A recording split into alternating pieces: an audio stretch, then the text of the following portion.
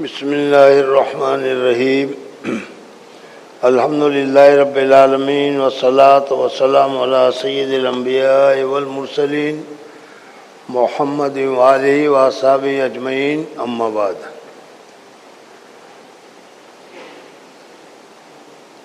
جو کام اللہ تبارک و تعالیٰ کی رضا کے لیے کیا جائے، جو کام خالص اللہ تبارک و تعالیٰ ہی کو خوش کرنے کے لیے کیا جائے، اس کو اخلاص سے تعبیر کرتے ہیں۔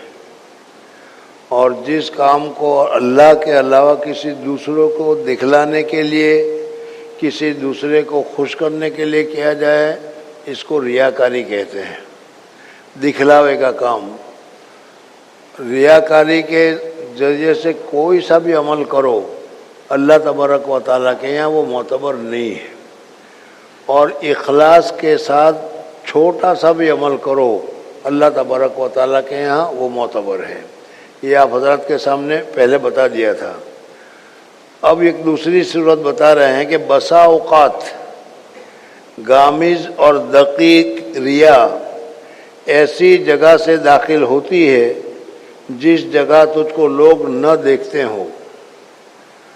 ریا بہت ساری ریا کی قسمیں ہیں، 25% بھی ہے، 50% بھی ہے، 75% بھی ہے، 99% بھی ہے۔ اور کسی قسم کی ریا ہو، کتنی کم قسم کی کیوں نہ ہو، اللہ تبارک و تعالیٰ کو ریا پسند نہیں، ریاکاری پسند نہیں ہے۔ یہاں تو اتنا تو سمجھ میں آ گیا۔ اب یہ فرماتے ہیں کہ بعض مرتبہ ایسا ہوتا ہے کہ ریا کھلم کھلا ظاہری ہے، ہم نماز پڑھ رہے ہیں لیکن لوگوں کو دکھلانے کے لیے پڑھ رہے ہیں، ہم قرآن پاک کی تلاوت کر رہے ہیں لیکن دوسروں کو خوش کرنے کے لیے پڑھ رہے ہیں، تو یہ ریاکاری تو ظاہری ہے کہ لوگوں کے سامنے کرتے ہیں تاکہ لوگ اس کو دیکھ کر یہ سمجھے کہ بہت صوفی آدمی ہے، بہت نمازی آدمی ہے، بہت نیک آدمی ہے۔ لیکن بعض مرتبہ ریا ایسی جگہ سے بھی پہنچتی ہے جہاں کوئی آدمی نہ ہو۔ تم نے رات کو اٹھ کر 2 رکعت تہجد پڑھی اور ایسی تہجد پڑھی کہ کسی کو پتہ نہیں چلا، بالکل ریاکاری یہاں کہیں بھی نہیں ہے۔ یا اور کوئی کام کیا جو خالص اللہ کو راضی کرنے کے لیے کیا، اور اس میں اللہ کو راضی کرنے کے علاوہ دوسرا کوئی راستہ تھا نہیں، سارے راستے تم نے بند کر رکھے تھے، یعنی مکمل اخلاص کے ساتھ تم نے عبادت کی، لیکن اس کے باوجود اس میں بھی ریا آ جاتی ہے۔ لیکن ریا جو آتی ہے وہ کھلے راستے سے نہیں آتی ہے، چور دروازے سے آتی ہے، دوسری جگہ سے آتی ہے۔ اب وہ چور جگہ سے کیسے آتی ہے تو اس کو دیکھنا ہے۔ بسا اوقات غامض اور دقیق ریا، بہت باریک ریاکاری ایسی جگہ سے داخل ہوتی ہے جس جگہ تجھ کو لوگ نہ دیکھتے ہوں۔ فائدہ ریا یہ ہے کہ عبادت اور نیک عمل اس لیے کیا جائے کہ لوگ مجھ کو عابد، زاہد، بزرگ سمجھے۔ تو اگر عمل کے لوگ وہاں موجود ہوں اور ان کے دکھانے کے لیے مثلا کوئی نماز پڑھے، یا نماز تو شروع کی تھی بالکل خالص اللہ تبارک و تعالیٰ کے واسطے، میں وہاں مثال بیان کیا کرتا ہوں طلباء کے لیے کہ طلباء مسجد میں اذان ہوتے ہی آ گئے کہ اطمینان سے نفل پڑھوں گا، اور اس نے اطمینان سے نفل شروع کی اور سوچا کہ سب اسما پڑھوں گا، فلانی صورت پڑھوں گا، فلانی صورت پڑھوں گا، اور اچانک مدرسے میں محتمم صاحب آ گئے۔ اس نے دیکھ لیا محتمم صاحب کو، اور محتمم صاحب کو دیکھ کر وہ مختصر صورت پڑھنے کا تھا تو اس نے سورہ بقرہ ہی شروع کر دی، تاکہ محتمم صاحب کو معلوم ہو کہ یہ بہت نیک لڑکا ہے، دیکھو کتنا لمبا قرآن پڑھتا ہے۔ تو مثلا کوئی نماز پڑھے، یا نماز تو شروع کی تھی اللہ کے واسطے، لیکن کسی کے آنے سے اس کو اتنی لمبی کر دی اور سنوار کر پڑھنے لگا۔ پہلے تو الحمدللہ رب العالمین الرحمن الرحیم پڑھتا تھا، اور پھر اس نے پڑھنے کا الحمدللہ رب العالمین الرحمن الرحیم، تاکہ معلوم ہو کہ بڑے کیا ہے اچھے طریقے سے ہی پڑھ رہا ہے۔ نماز تو شروع کی تھی اللہ کے واسطے، لیکن کسی کے آنے سے اس کو لمبی کر دی اور سنوار کر اس کو پڑھنے لگا تاکہ یہ جانے کہ بڑا نمازی ہے. تو یہ ریا کی قسم ظاہر ہے، کھلی ہوئی ریا ہے. اس میں کوئی چوری چھپے کے راستے سے ریاکاری داخل نہیں ہوئی. ریاکاری تو داخل ہوتی ہے چوری چھپے کے راستے سے بھی، اور اس کی مثال ابھی بتاتے ہیں. اور ہر کوئی جانتا ہے کہ یہ ریا ہے. بعض آدمی اس وجہ سے اس سے بچنا چاہیے.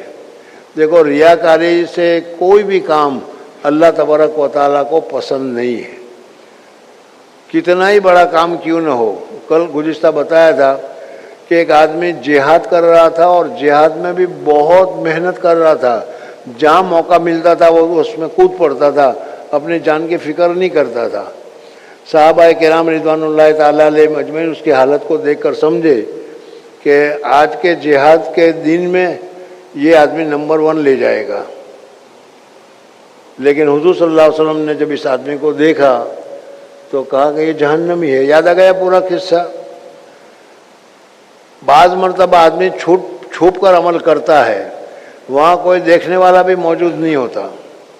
مثلا رات کو 3 بجے 4 بجے تم اٹھ کر تہجد پڑھتے ہو، اور دوسروں کو گھر میں بھی کسی کو پتہ نہیں چلتا، اتنے خاموشی کے ساتھ اٹھ کر پڑھتے ہو. کوئی ریاکاری نہیں ہے اس میں، اس میں کہیں ریاکاری نہیں ہے. دیکھنے والا موجود نہیں ہوتا، لیکن پھر بھی اس عمل میں ریاکاری داخل ہو جاتی ہے. کیسے داخل ہو جاتی ہے؟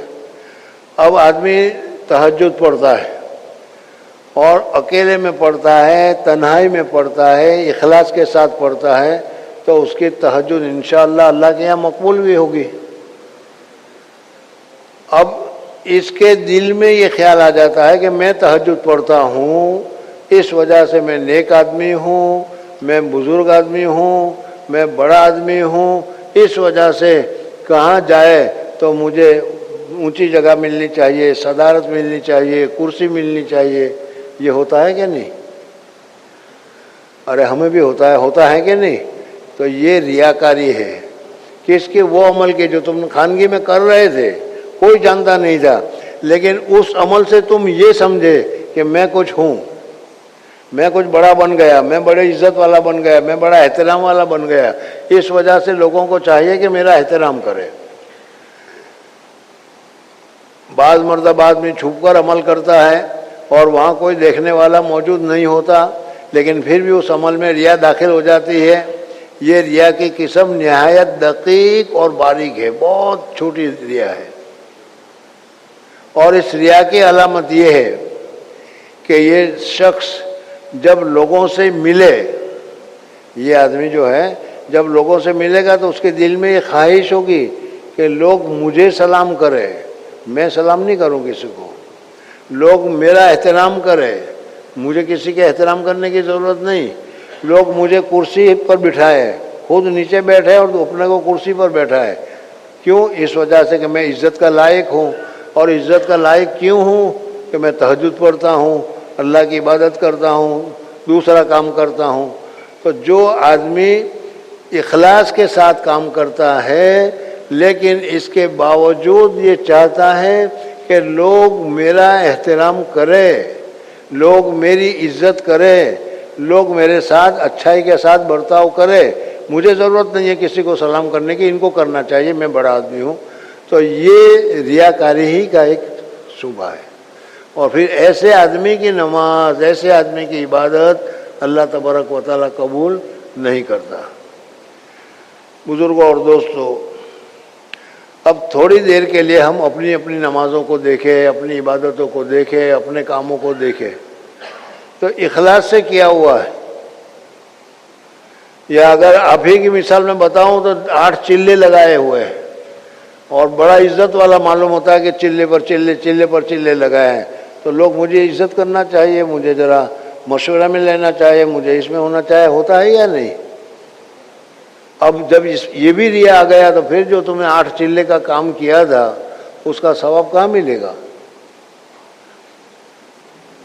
ریا کی قسم نہایت دقیق اور باریک ہے. اور اس ریا کی علامت یہ ہے کہ یہ شخص جب لوگوں سے ملے تو یہ چاہے کہ لوگ میری تعظیم کریں، محفل میں مجھ کو صدر میں جگہ ملے اور میرے کام لوگ کیا کریں، اور اگر لوگ ایسا معاملہ کرتے ہیں تو خوش ہوتا ہے، اور اگر ایسا نہیں کرتے، اگر کوئی آدمی اس کے ساتھ ایسا ہی معاملہ کر رہا ہے، عزت کر دیتا ہے، کرسی بھی دیتا ہے اور اس کی باتوں کو مانتے ہیں، سنتے ہیں، تو وہ خوش ہوتا ہے، اور اگر ایسا نہیں کرتے تو اس کو اوپرا اور عجیب سا معلوم ہوتا ہے کہ میں اتنا بڑا آدمی، اتنی اچھی تقریر کروں، اتنی اچھی بات کہوں، لیکن لوگ میری بات کو کیوں نہیں مانتے، عجب معلوم ہوتا ہے۔ پس یہ باتیں اس کی علامت ہے کہ اس شخص کے اندر ریا ہے، اور نیک عمل اسی واسطے کرتا ہے کہ لوگ بزرگ سمجھیں۔ یہ نیک عمل کرتا ہے کس وجہ سے کرتا ہے؟ اللہ کو راضی کرنے کے لیے نہیں کر رہا، لیکن لوگوں کو خوش کرنے کے لیے، لوگوں میں عزت حاصل کرنے کے لیے، لوگوں میں بڑا بننے کے لیے یہ آدمی یہ کام کر رہا ہے۔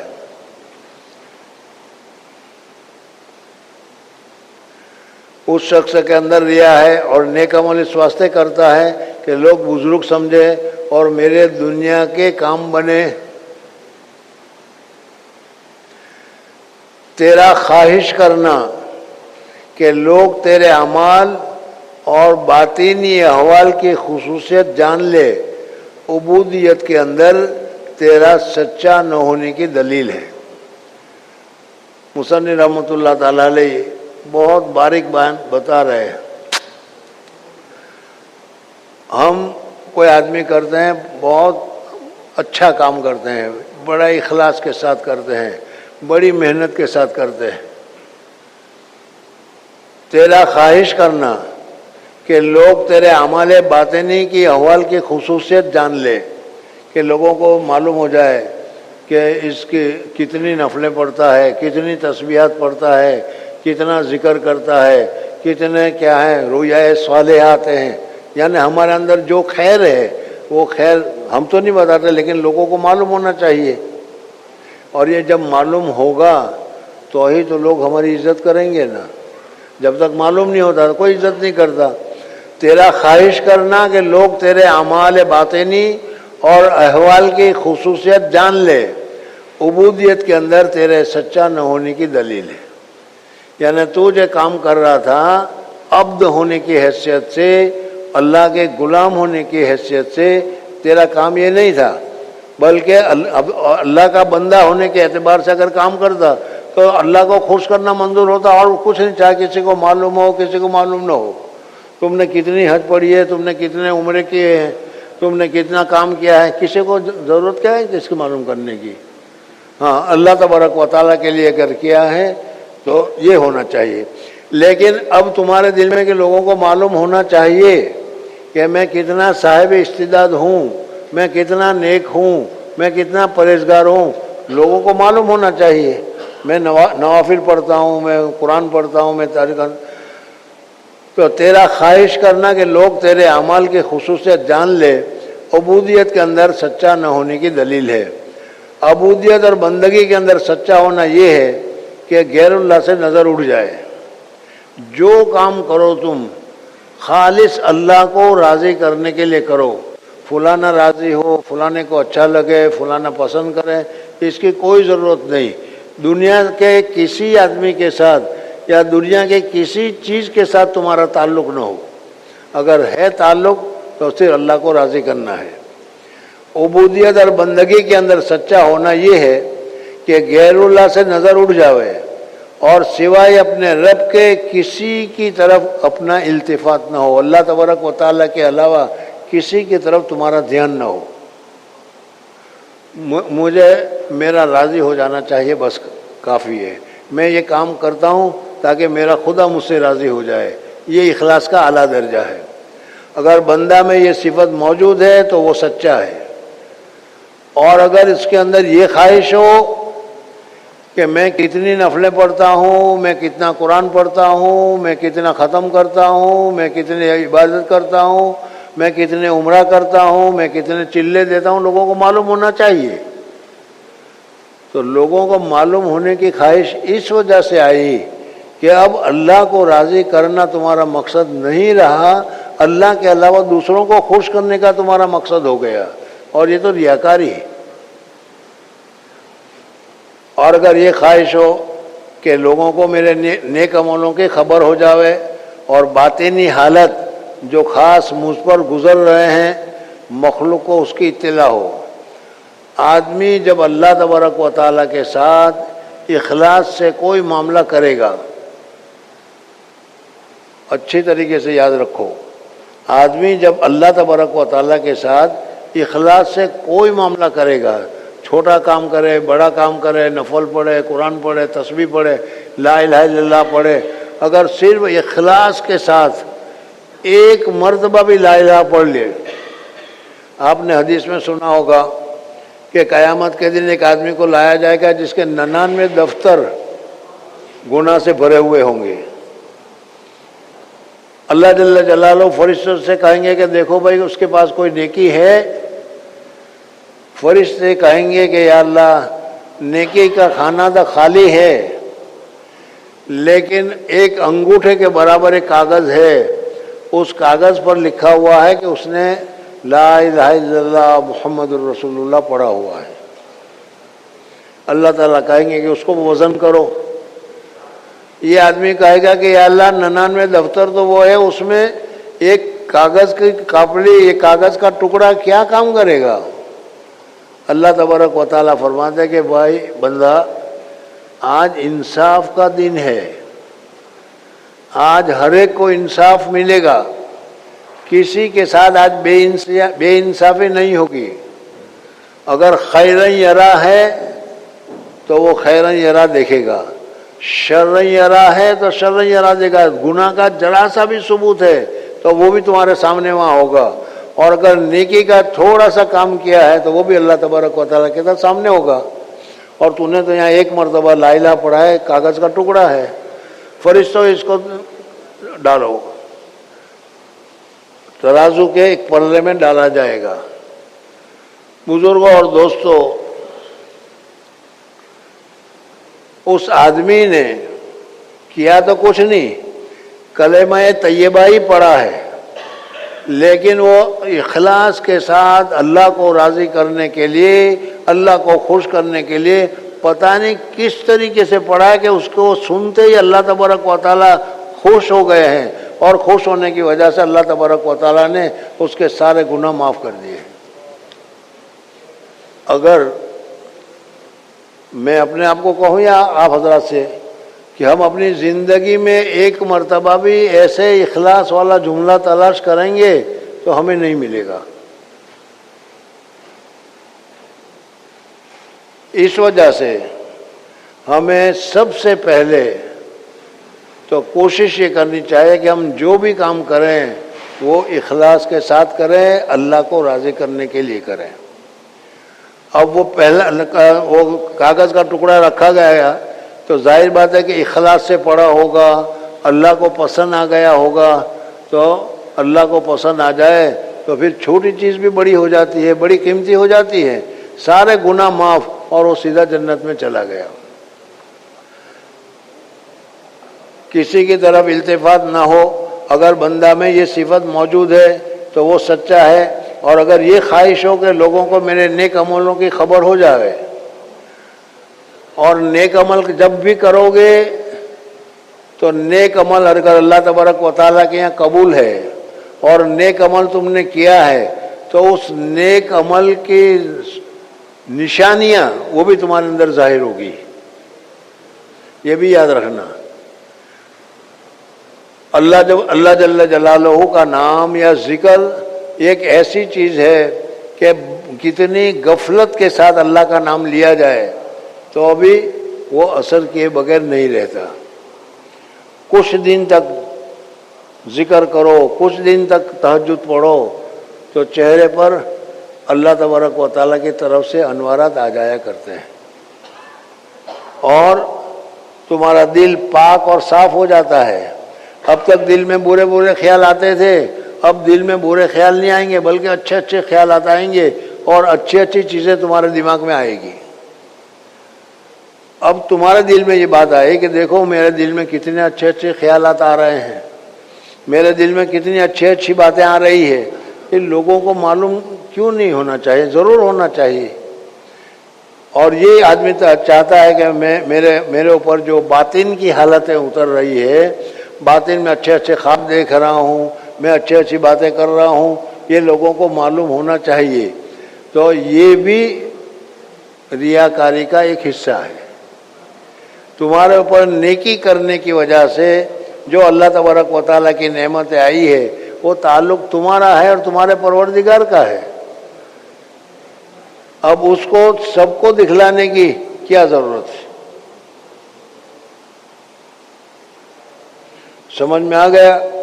یا کوئی دوسری مثال بتاؤں؟ دوسری مثال بتاؤں لیکن وہ اچھی نہیں لگے گی آپ کو۔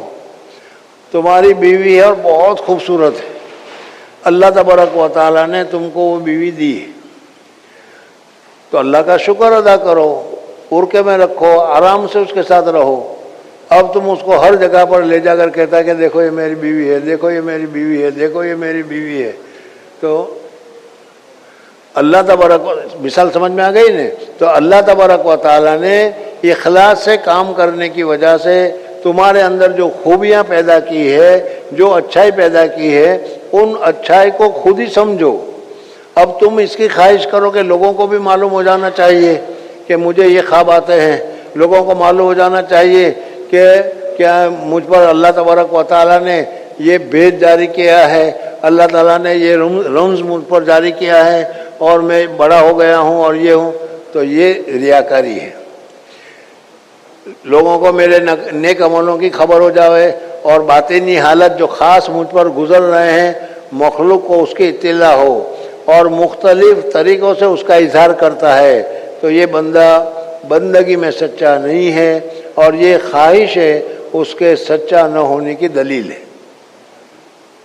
اس وجہ سے جو کچھ ہم اچھا کام کریں یا اچھی بات ہو، اس کو لوگوں میں نے کیا تھا، مجھ پر ہوا ہے، یہ کر کے ظاہر نہیں ہونا چاہیے، یہ اخلاص کے خلاف ہے۔ نظر لطف خداوندی کی اپنی طرف ملاحظہ کر کے لوگوں کی نظر کو اپنے خیال سے دور کر، یہ بھی ایک بہت اچھی بات بتا رہے ہیں۔ اللہ تبارک و تعالیٰ کا تمہارے اوپر فضل ہے، اللہ تبارک و تعالیٰ کا تمہارے اوپر کرم ہے، اللہ تبارک و تعالیٰ کی تمہارے پر خصوصی محبت ہے، خصوصی تعلق ہے، خصوصی نسبت ہے۔ اگر اللہ تبارک و تعالیٰ کے ساتھ تمہارا خصوصی تعلق ہے تو تمہیں یہ تعلق اللہ تبارک و تعالیٰ کے ساتھ ہی رکھنا چاہیے۔ یہ خصوصی میرا اللہ کے ساتھ میرا کتنا تعلق ہے، اللہ میری کتنی دعا قبول کرتا ہے، اللہ تعالیٰ میری کتنی نمازیں قبول کرتا ہے، یہ ساری چیزیں تمہیں اگر اللہ نے بتایا ہے تو تم اس کو خاص رکھو، اللہ تبارک و تعالیٰ کے ساتھ خاص رکھو، اور لوگوں کی نظر کو اپنے خیال سے دور کر۔ اس وقت تمہارے دل میں آئے گا کہ لوگوں کو پتہ چلنا چاہیے کہ میں کتنا نیک ہوں، تو یہ لوگوں کو تمہاری نیکی معلوم ہو یا لوگوں کو تمہارا نیک ہونا معلوم ہو، اس بات کو چھوڑ دو، یہ بات اچھی نہیں ہے۔ اور توجہ اور التفات خداوند تعالیٰ اپنی طرف مشاہدہ کر کے لوگوں کو توجہ اور التفات کی طرف متوجہ نہ ہو، اللہ کی طرف۔ اللہ تمہارے ساتھ متوجہ ہے، اللہ تمہارے ساتھ محبت کر رہا ہے، اللہ تمہارے پر کرم کر رہا ہے، تو اللہ کے ساتھ تم کرم کرو، اللہ کے ساتھ اللہ کی خوب عبادت کرو۔ لیکن تم اگر اس وقت یہ چاہتے ہو کہ لوگوں کو معلوم ہو جائے کہ میں بھی بہت متقی ہو گیا ہوں، میں بھی بہت پرہیزگار ہو گیا ہوں، میں بھی بہت صوفی ہو گیا ہوں، تو یہ تمہارا خیال غلط ہے۔ بندہ مخلص کی شان یہ ہے کہ لوگوں کی رضا اور عدم رضا کی کچھ پرواہ نہ ہو۔ یہاں شروع سے دیکھو کہ آدمی کی مخلص ہونے کی علامت یہ ہے کہ لوگ مجھے اچھا کہے، لوگ مجھے برا کہے، اس کی مجھے کوئی ضرورت نہیں، میرا مولا مجھے اچھا کہے کافی ہے۔ یہ مخلص آدمی جو ہوگا اس کی یہ حالت ہوگی۔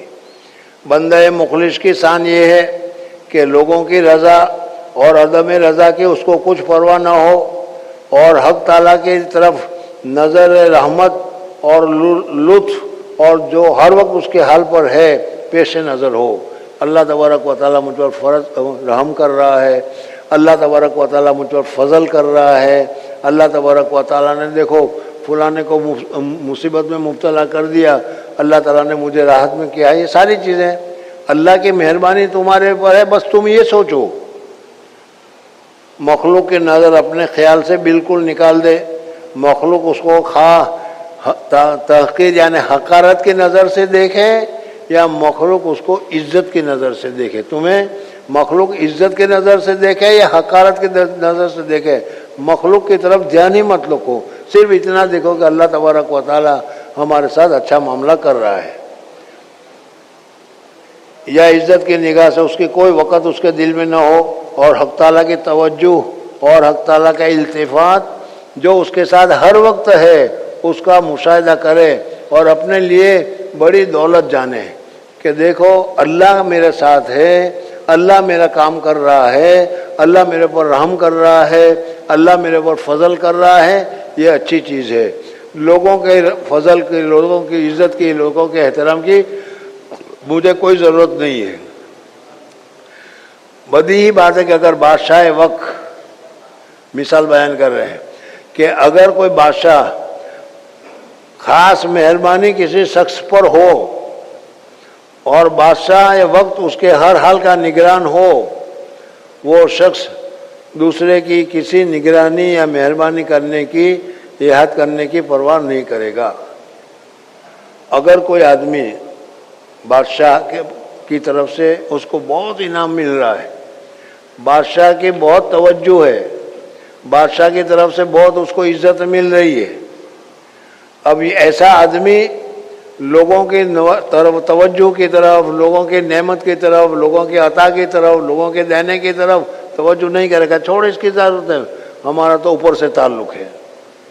بس اگر حکم الحاکمین سب بادشاہوں کے بادشاہ کی نظر عنایت ہر آن میں ہمارے ساتھ ہے اور ہر دم ہر طرح طرح کی نعمتیں ہم پر اس کی طرف سے بارش کی طرح برس رہی ہے، اس پر بھی اگر ہم زید، عمر، بکر، فلانا فلانا فلانا لوگوں کی طرف ہم نظر اٹھا کر دیکھتے ہیں اور لوگوں کا خیال کرتے ہیں تو یہ ہمارا خیال کرنا ہی غلط ہے۔ اس پر اگر زید و عمر کی طرف سے ہماری توجہ ہوئی تو ہم سے زیادہ کون ناشکرا ہوگا، اور اس کی سزا تو یہ ہے کہ جو نعمتیں ہمیں اللہ تبارک و تعالیٰ کی طرف سے مل رہی ہے وہ ساری نعمتیں ہم سے چھین جانی چاہیے، اس لیے کہ اس نعمت کی تو ہمیں قدر ہے نہیں، مگر رحمت اس قدر بے انتہا ہے کہ اللہ جل جلالہ ایسا کرنے پر بھی ہمارے اوپر رحم کرتا ہے اور اس نعمتوں کو ہم سے چھینتا نہیں ہے۔ بزرگوں اور دوستو، اللہ تبارک و تعالیٰ کے جو ہمارے ساتھ محبت ہے، اس محبت کی کوئی انتہا ہی نہیں ہے۔ اللہ تبارک و تعالیٰ نے ہم کو بہت ساری نعمتوں سے نوازا ہے، لیکن ہم ایسے اللہ تبارک و تعالیٰ سے بگڑے ہوئے ہیں، ناراض ہیں کہ اتنی ساری نعمتوں کی بھی ہمارے نزدیک کوئی پرواہ نہیں، اور اللہ تبارک و تعالیٰ کے جو دشمن ہیں نفس اور شیطان، وہ جو کام ہمیں کہتا ہے، جو کام ہمیں کرنے کے لیے کرتا ہے، ہم کرنے کے لیے تیار ہو جاتے ہیں۔ اس وجہ سے آج کے سبق میں جو خاص بات معلوم ہوئی وہ یہ ہے کہ ہم جو کام بھی کریں وہ اخلاص سے کریں، کسی آدمی کو راضی کرنے کے لیے، کسی آدمی کو خوش کرنے کے لیے نہ کریں، اور ہم اللہ کے لیے کرتے ہیں یا دوسروں کے لیے کرتے ہیں، وہ ہمارا نفس تو ہم دوسروں کے لیے کر رہے ہیں وہ بھی اللہ کی طرف ہی بتائے گا۔ اس وجہ سے اس کی نشانی بتائی کہ تمہارے اندر ایسے ایسے خیالات آتے ہیں کہ فلانے کو معلوم ہو جائے، فلانا میری تعریف کرے، فلانا میری تعریف کرے، تو یہ تعریف تمہارے کروانا یہ تمہارے اخلاص کے خلاف ہے۔ اللہ جل جلالہ امن والہ مجھے اور آپ حضرات کو کامل اخلاص نصیب فرمائے۔ سبحان اللہ و بحمدہ، سبحانک اللہم و بحمدک، نشہد ان لا الہ الا انت، نستغفرک و نتوب الیک۔